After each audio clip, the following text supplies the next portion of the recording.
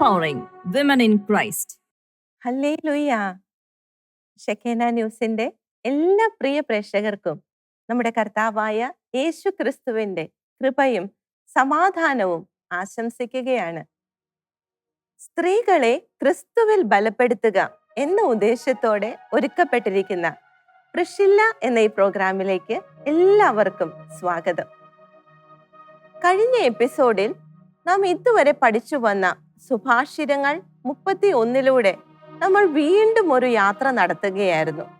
ഇതുവരെ നാം പഠിച്ചതും നാം പ്രാർത്ഥിച്ചതും എല്ലാം വീണ്ടും നാം ഒന്ന് ഓർത്തെടുക്കുകയായിരുന്നു. ഇതുമായി ബന്ധപ്പെട്ട് വ്യക്തിപരമായി എനിക്കൊരു കാര്യം പറയുവാനായിട്ടുണ്ട്. ആദ്യമായി ദൈവവചനം പങ്കുവയ്ക്കുവാൻ കർത്താവ് എനിക്ക് അവസരം ഒരുക്കിയത് പ്രിഷില്ല എന്ന ഈ ശുശ്രൂഷയിലൂടെയാണ്. ഇതിനു വേണ്ടി പ്രാർത്ഥിച്ചൊരുങ്ങി പഠിച്ചുകൊണ്ടിരിക്കുമ്പോൾ സുഭാഷിതം 31 കർത്താവ് ഒരു ഉത്തമയായ സ്ത്രീക്ക് വേണ്ട കാര്യങ്ങൾ പറഞ്ഞു വെച്ചത് പഠിച്ചു വന്നപ്പോൾ ഒരു എപ്പിസോഡിലൂടെ അതൊന്ന് പങ്കുവയ്ക്കാം എന്ന് ഞാൻ വിചാരിച്ചു. അതിനായി പ്രാർത്ഥിച്ച് വീണ്ടും ഇരുന്നപ്പോൾ ആ ഒരു എപ്പിസോഡ് കർത്താവ് നീട്ടി 10 എപ്പിസോഡുകളിലേക്ക് മാറ്റുകയുണ്ടായി. അങ്ങനെ 10 എപ്പിസോഡുകൾ നമ്മൾ സുഭാഷിതങ്ങൾ 31 തന്നെ പഠിക്കുകയുണ്ടായി. അതിൽ നിന്നും സ്ത്രീകൾ എത്രമാത്രം ശ്രദ്ധിക്കാനുണ്ടെന്നും കർത്താവ് എത്രമാത്രം നമ്മളെ ഗൈഡ് ചെയ്യുന്നുണ്ടെന്നും വളരെ വ്യക്തമായതാണ്. ഇതിനൊരുങ്ങിക്കൊണ്ടിരിക്കുമ്പോൾ എൻ്റെ ഭർത്താവ് സന്തോഷ് കരുമത്ര അദ്ദേഹം വളരെ എൻകറേജിങ് ആയിട്ട് വേണ്ട നിർദ്ദേശങ്ങളൊക്കെ നൽകി, തിരുത്തലുകൾ നൽകി.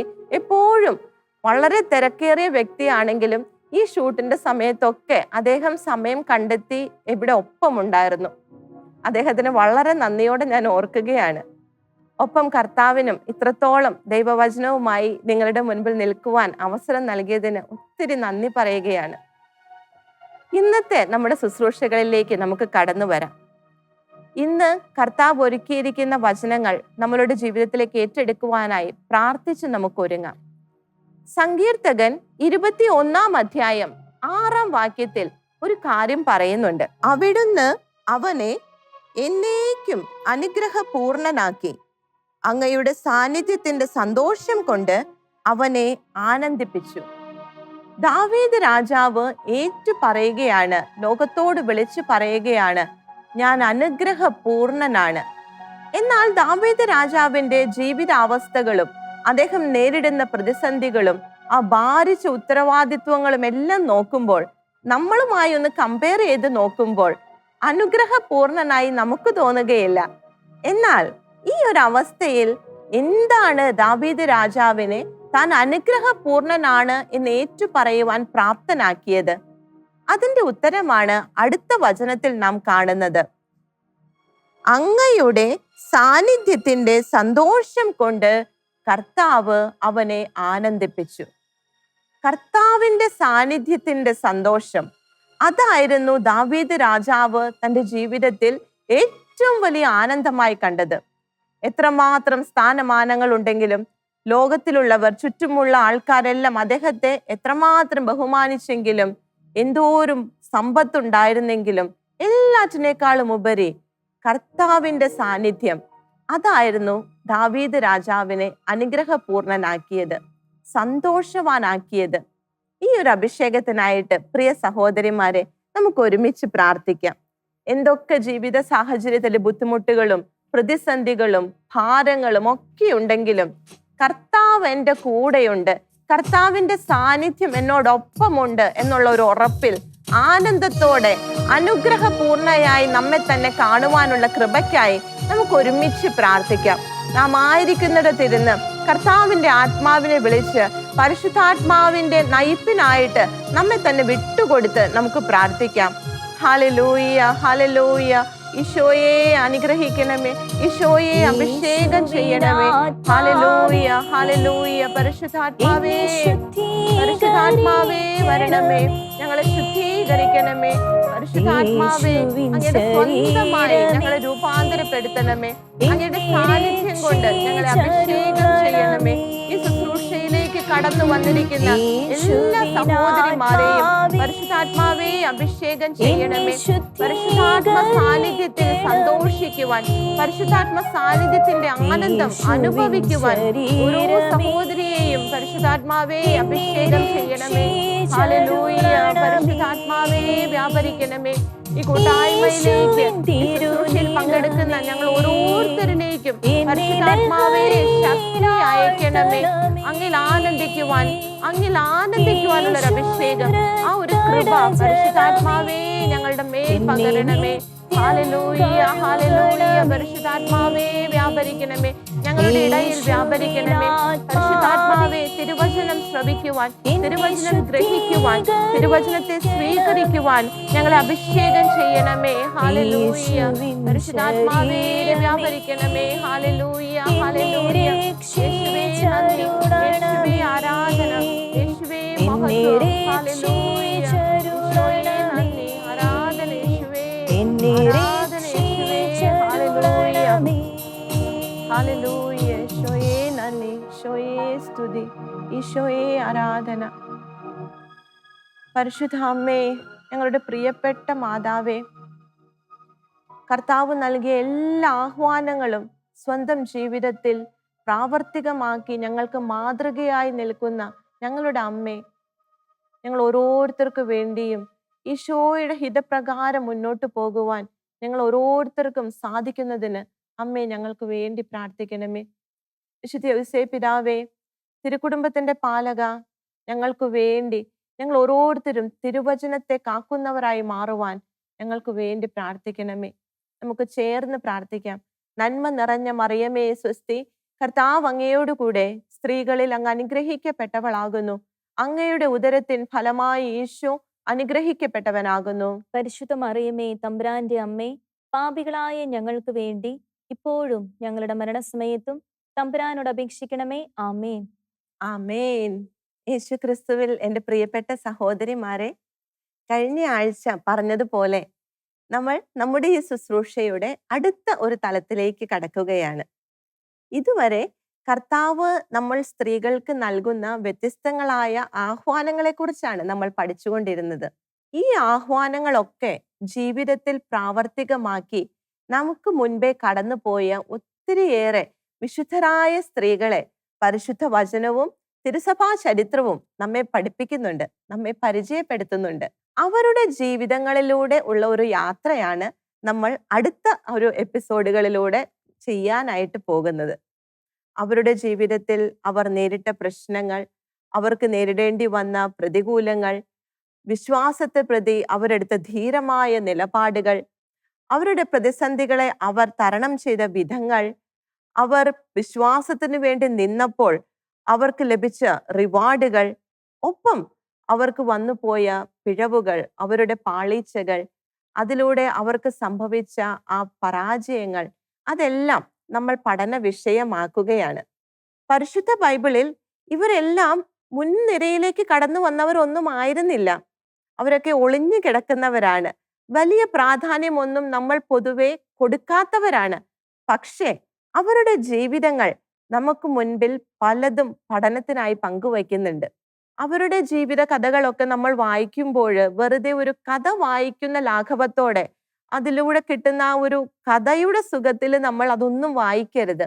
വെറുതെ ഒരു കഥയ്ക്ക് വേണ്ടിയല്ല പരിശുദ്ധ വചനത്തിൽ ഒന്നും ഒരു സംഭവവും എഴുതിയിരിക്കുന്നത്. യഥാർത്ഥത്തിൽ സംഭവിച്ച, ജീവിച്ച് കാണിച്ച കാര്യങ്ങളാണ് അതിലെല്ലാം എഴുതിയിരിക്കുന്നത്. അത് എന്തിനു വേണ്ടിയാണ്? നമ്മൾ കണ്ടതാണ് ഹെബ്രായരുടെ പുസ്തകം 6-ാം അധ്യായം 12-ാം വാക്യം. അവിടെ തിരുവചനം പറയുകയാണ്, അങ്ങനെ നിരുത്സാഹരാകാതെ വിശ്വാസവും ദീർഘക്ഷമയും വഴി വാഗ്ദാനത്തിന്റെ അവകാശികളായവരെ അനുകരിക്കുന്നവരാകണം നിങ്ങൾ. നിരുത്സാഹരാകാതെ. അവരെല്ലാം നമ്മളെ കാണിച്ചു തന്നത് അതാണ്. അവരുടെ സാഹചര്യങ്ങൾ, ജീവിത പ്രതിസന്ധികൾ എന്തുമായിക്കൊള്ളട്ടെ, നിരുത്സാഹരാകാതെ. അതേ ജീവിത സാഹചര്യങ്ങളിലൂടെ ആകാം നമ്മളും കടന്നു പോകുന്നത്.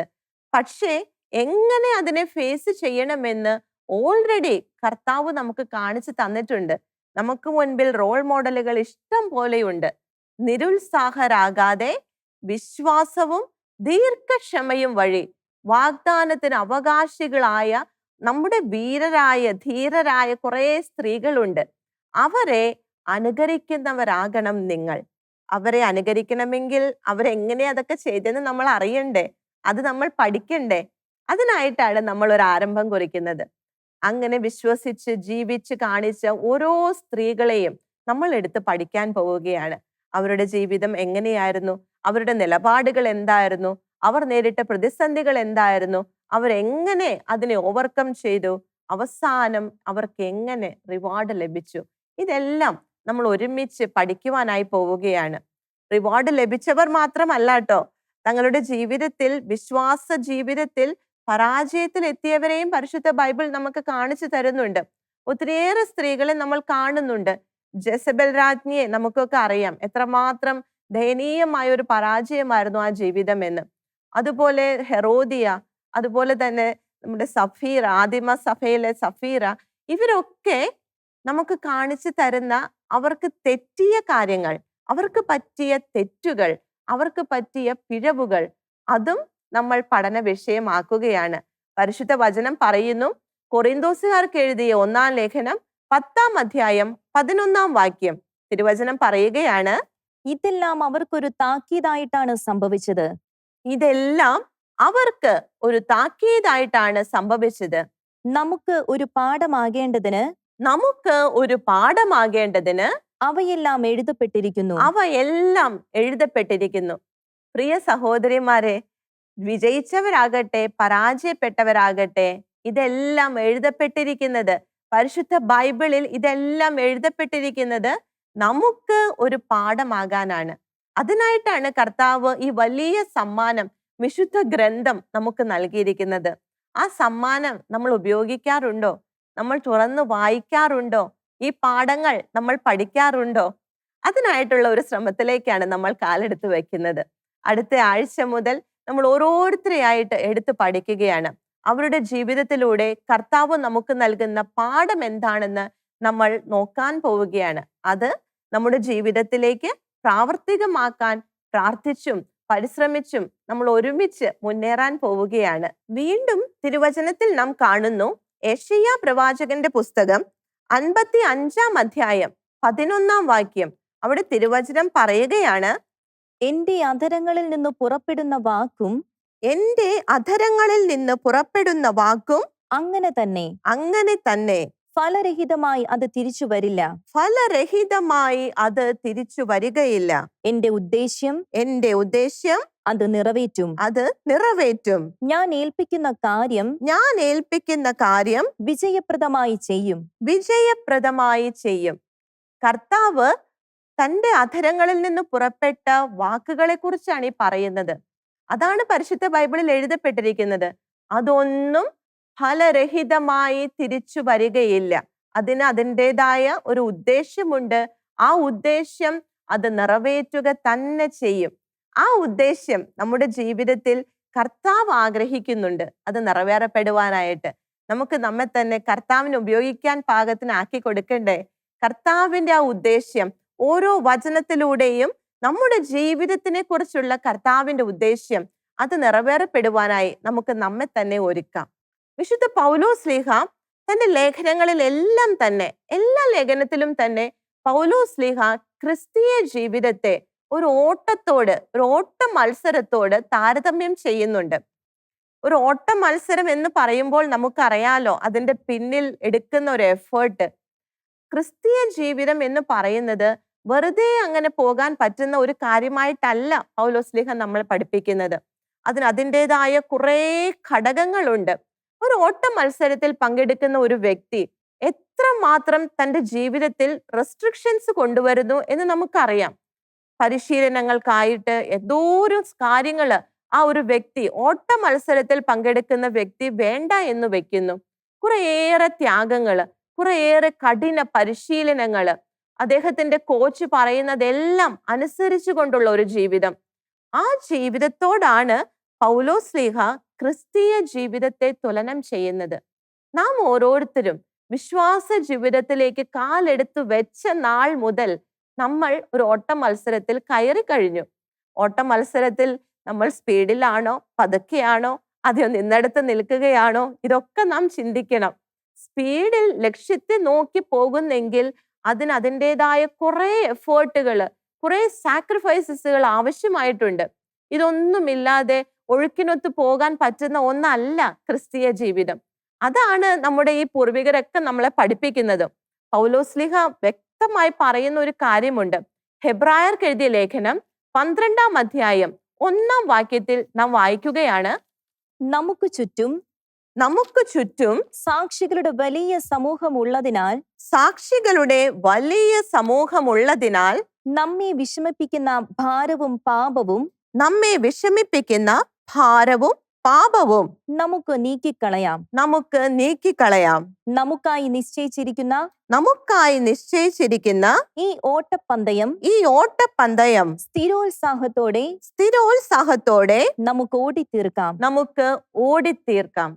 സ്ഥിരോത്സാഹത്തോടെ വേണം, സ്ഥിരമായ ഉത്സാഹം. കുറെ കഴിയുമ്പോൾ മടുപ്പ്, കുറെ കഴിയുമ്പോൾ ക്ഷീണം, ഓടിത്തീർക്കാൻ പറ്റാത്തൊരവസ്ഥ. ഇതൊക്കെ ഓട്ടപ്പന്തയത്തിൽ നടക്കുന്ന കാര്യങ്ങളാണോ? നമ്മൾ ഓട്ട മത്സരം തുടങ്ങിക്കഴിഞ്ഞാൽ സ്ഥിരമായ ഉത്സാഹത്തോടെ ലക്ഷ്യത്തിലെത്തും വരെ ഓടണം. അല്ലെങ്കിൽ അതിൽ നിന്ന് നമ്മൾ ഔട്ടാവുകയാണ് ചെയ്യുന്നത്. ലക്ഷ്യത്തിലെത്തുന്നത് വരെ സ്ഥിരോത്സാഹത്തോടെ ഓടുന്നതിൽ നിന്ന് നമ്മെ പിടിച്ചു വലിക്കുന്നത്, പുറകോട്ട് വലിക്കുന്നത് എന്താണെന്നാണ് പൗലോസ്ലിഹ പറയുന്നേ? നമ്മെ വിഷമിപ്പിക്കുന്ന ഭാരവും പാപവും നമുക്ക് നീക്കിക്കളയാം. പാപത്തിന്റെ ആ കെട്ടും കുറേയേറെ ഭാരങ്ങളും ജീവിത വ്യാകുലതകളും ഉത്കണ്ഠകളും നാളെയെക്കുറിച്ചുള്ള ചിന്തകളും ഇതെല്ലാമായിട്ട് നമ്മൾ ഓടിയാല് നമുക്ക് ഉത്സാഹത്തോടെ മുന്നോട്ട് പോകാൻ സാധിക്കുമോ? നമ്മൾ കണ്ടിട്ടില്ലേ ഓട്ട മത്സരത്തിൽ പങ്കെടുക്കുന്ന വ്യക്തികളെ? അവര് വലിയ ഗൗണൊക്കെ ഇട്ട് പുറകിലൊരു ബാക്ക് പാക്ക് ഒക്കെ ആയിട്ട് അങ്ങനെയാണ് അവർ ഓട്ടത്തിന് പോവുക. മാക്സിമം ഫ്രീ ആയിട്ടാണ് അവർ മുന്നോട്ട് പോവുക. അവർ അതിൽ പങ്കെടുക്കുമ്പോൾ അവരുടെ ഏറ്റവും ലൈറ്റ് വെയിറ്റ് ആയിട്ട് അവർ ഓട്ട മത്സരത്തിൽ പങ്കെടുക്കുകയുള്ളൂ. ഏറ്റവും ബേസിക്കലി ആവശ്യമായ ഡ്രസ്സേ അവർ ധരിക്കത്തുള്ളൂ. എന്തുകൊണ്ട് അതങ്ങനെ? എക്സ്ട്രാ വെയിറ്റ് ഒന്നും ഓട്ട മത്സരത്തിൽ അവർക്ക് ഗുണമാവുകയില്ല.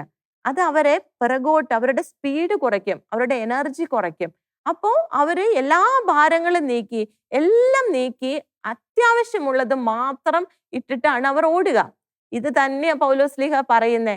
നമ്മെ വിഷമിപ്പിക്കുന്ന എല്ലാ ഭാരങ്ങളും, ആത്മീയമായി മാനസികമായി എല്ലാ ഭാരങ്ങളും നമ്മൾ നീക്കി സ്ഥിരോത്സാഹത്തോടെ, ഭാരങ്ങളും ഒപ്പം പാപങ്ങളുടെ വലിയ ഭാണ്ഡക്കെട്ടുമായിട്ട് നമുക്ക് ഓട്ടമത്സരത്തിൽ മുന്നോട്ട് പോകാനാവുമോ?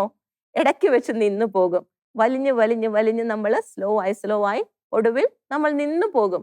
അങ്ങനെ നമ്മൾ ഓട്ട മത്സരത്തിൽ നിന്ന് ഔട്ടായി പോകും. അതാണ് പൗലോസ്ലിഹ പറയുന്നത്. നമ്മെ വിഷമിപ്പിക്കുന്ന ഭാരവും പാപവും നീക്കിക്കളഞ്ഞ് സ്ഥിരോത്സാഹത്തോടെ നമുക്ക് നാം ആയിരിക്കുന്ന ഓട്ടപ്പന്തയം ഓടിത്തീർക്കാം.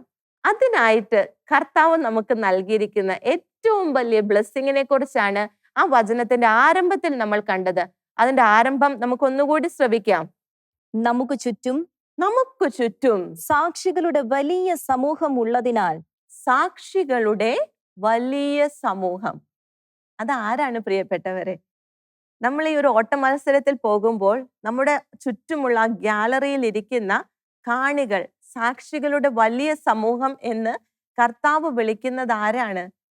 ഇതിനു മുന്നേ വിജയത്തോടെ വളരെ വിജയപ്രദമായി തങ്ങളുടെ ഓട്ടം ഓടി പൂർത്തീകരിച്ച നമ്മുടെ പൂർവികരാണ് നമുക്ക് ചുറ്റുമുള്ള സാക്ഷികളുടെ വലിയ സമൂഹം.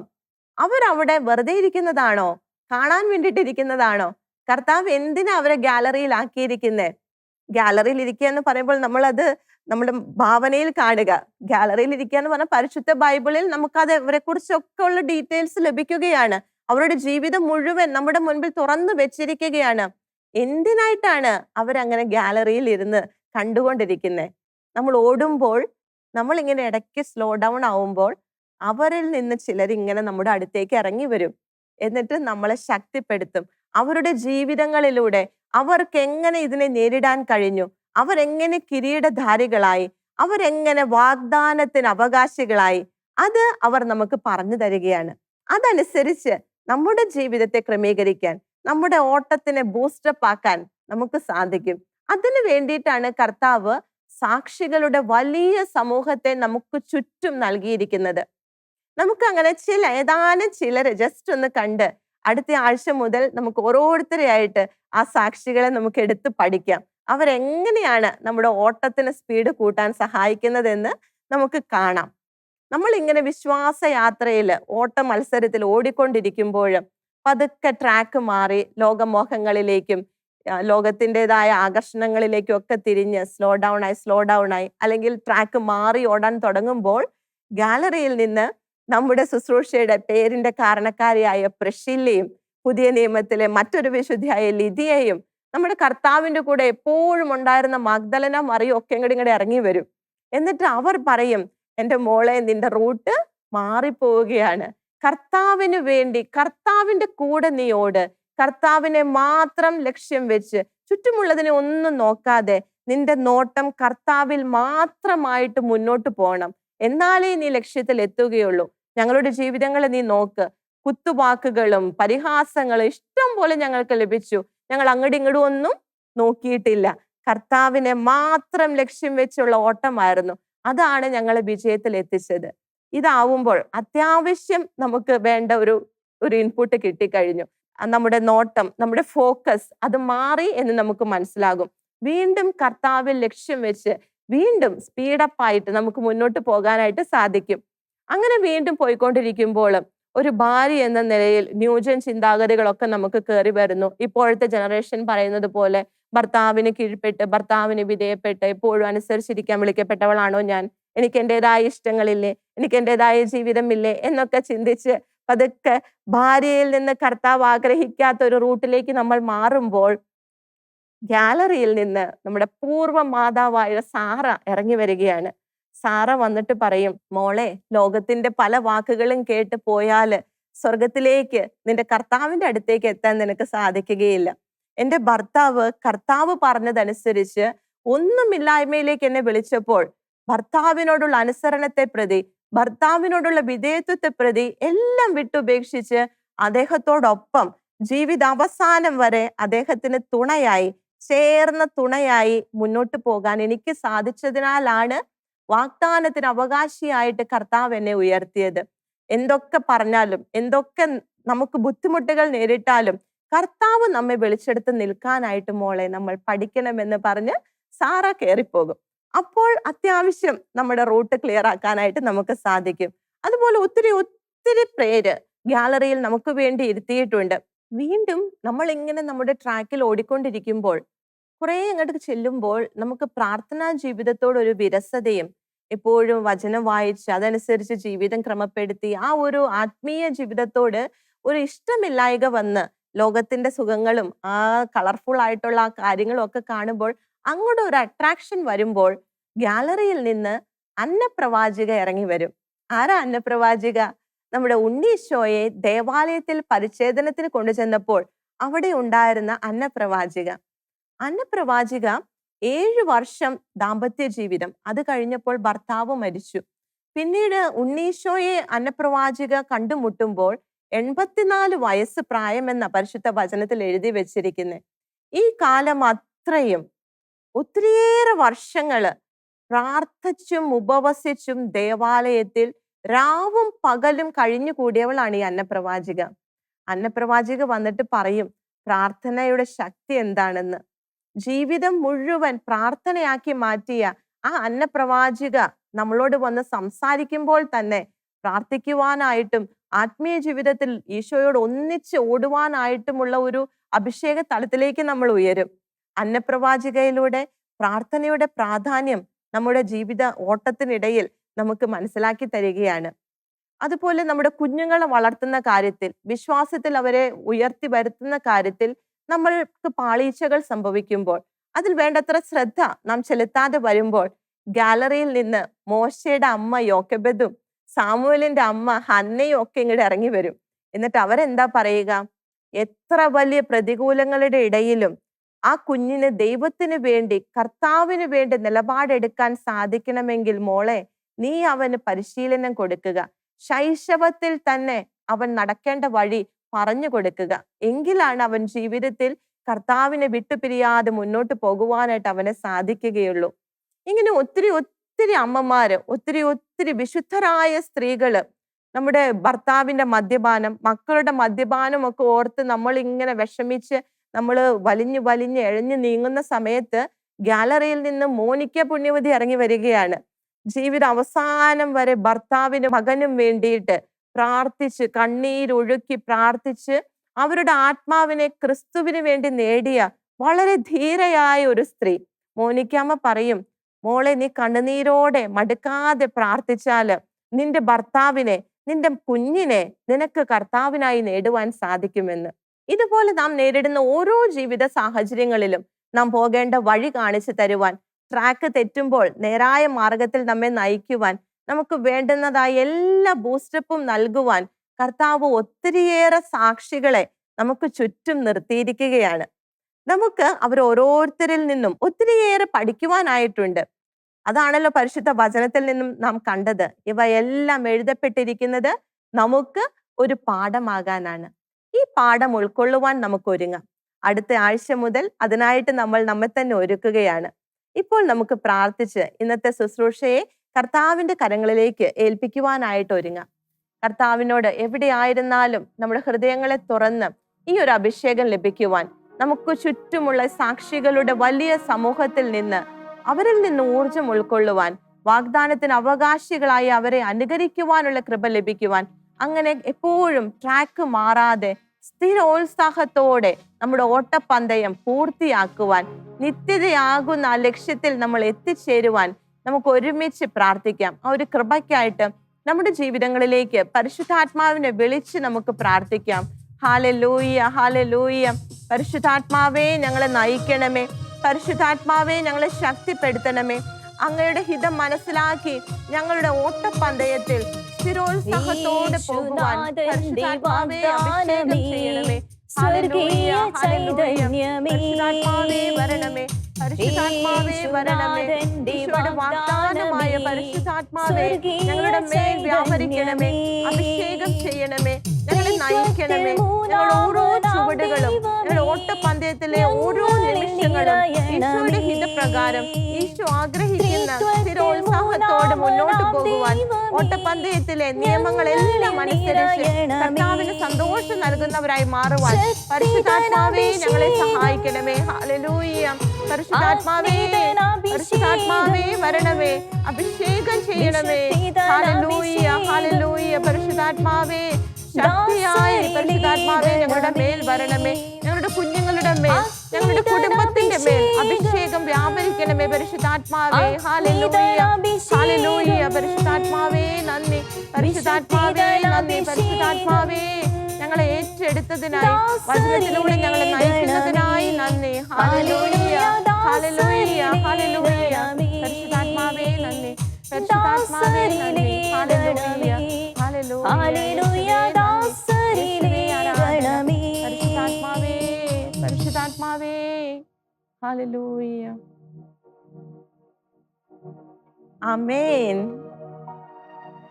പ്രിയ സഹോദരിമാരെ, പറഞ്ഞതുപോലെ അടുത്ത ആഴ്ച മുതൽ നമ്മൾ നമ്മുടെ ഓരോ ഹീറോസിനെ എടുത്ത് പഠിക്കാൻ പോവുകയാണ്.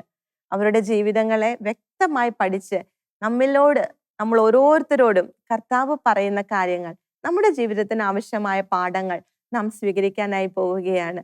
അടുത്ത ആഴ്ച ഇതേ സമയം വീണ്ടും നമുക്ക് കണ്ടുമുട്ടാം. കർത്താവിന്റെ ഇഷ്ടത്തിൽ ഈ ശുശ്രൂഷ മുന്നോട്ട് പോകുവാൻ ഞങ്ങൾ ഓരോരുത്തരും, ഇതിന് പിന്നിൽ അധ്വാനിക്കുന്ന ഓരോരുത്തരുടെ മേലും പരിശുദ്ധാത്മാവ് നയിക്കുവാനായിട്ട് നിങ്ങൾ പ്രാർത്ഥിക്കുക. നിങ്ങളുടെ പ്രാർത്ഥന ആവശ്യങ്ങള്, നിർദ്ദേശങ്ങള് ഒക്കെ ഞങ്ങളെ അറിയിക്കുക. കർത്താവ് നിങ്ങളെല്ലാം സമൃദ്ധമായി അനുഗ്രഹിക്കട്ടെ. നിങ്ങളുടെ അഭിപ്രായങ്ങളും പ്രാർത്ഥനാ നിയോഗങ്ങളും ഞങ്ങളെ അറിയിക്കുക. ഞങ്ങളുടെ നമ്പർ 9495219811. ഞങ്ങളുടെ ഇമെയിൽ priscilla@gmail.com. ഞങ്ങളുടെ address പ്രിഷില്ല Shekinah news, Thalikkode, Pattikkad PO, Thrissur, Kerala 6800 652.